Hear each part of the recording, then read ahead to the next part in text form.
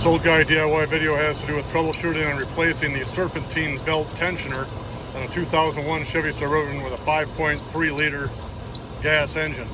So if your engine starts to chirp like this, and you look down in there, and you see that there is no pulley on the tensioner, just a little wad of plastic goo, it's a pretty good indication that your Chinese tensioner has failed and it's time to replace it.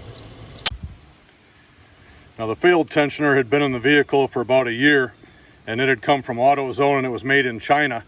So this time when I saw that it had failed, I went to my buddies at Amazon. I got an AC Delco made in Canada, and one day later it was delivered to the house. So now I'll go ahead and replace it. And the process is pretty simple.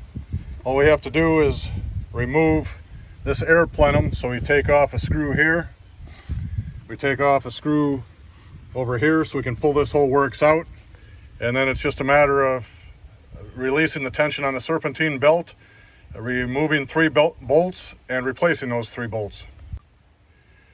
Now we'll remove that air handling plenum, and if we look down here you can see that the pulley is actually gone. There's just a bunch of black stuff thrown all over in here. This used to be the pulley. So now all you need is a 15mm wrench here.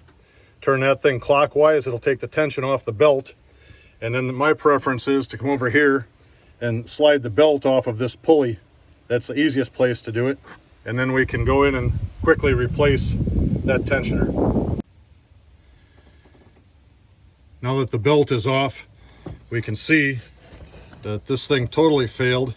It will not turn. The Serpentine belt was just rubbing on there basically. This thing is frozen up, so I'll pull it off. When you disassemble this, you need a 15mm socket for these bolts, and the 2 long ones go on the top. This little short guy goes on the bottom. So when you look in here, you had this position, that position, and the little stubby guy goes down here. And if we look at the old unit, this is what that thing looks like right now. So that's a complete and total failure. And then this is what the GM AC spark plug replacement looks like. So the question is, did I destroy my belt in the 10 miles I drove after it started squeaking? So we'll know here shortly. So I put the new unit in, you can see it right there. And then when I'm returning it to service, I run the belt over the top of this tensioner. It's in place everywhere except for this one idler pulley.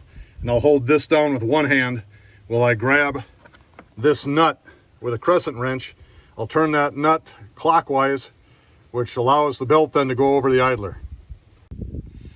The belt is now in place. You see it's on the idler. When you look down, everything is aligned. So it's just a matter of putting the air plenum back in and we'll be in action. So this thing is about a 17-minute job without filming, and maybe 25 with filming. Here we are 17 minutes later. The idler is in, doing its job, and the old 5.3 liter with 180,000 miles on it from 2001 is happy. So thank you for watching. If this video helped you, please subscribe and have a great day.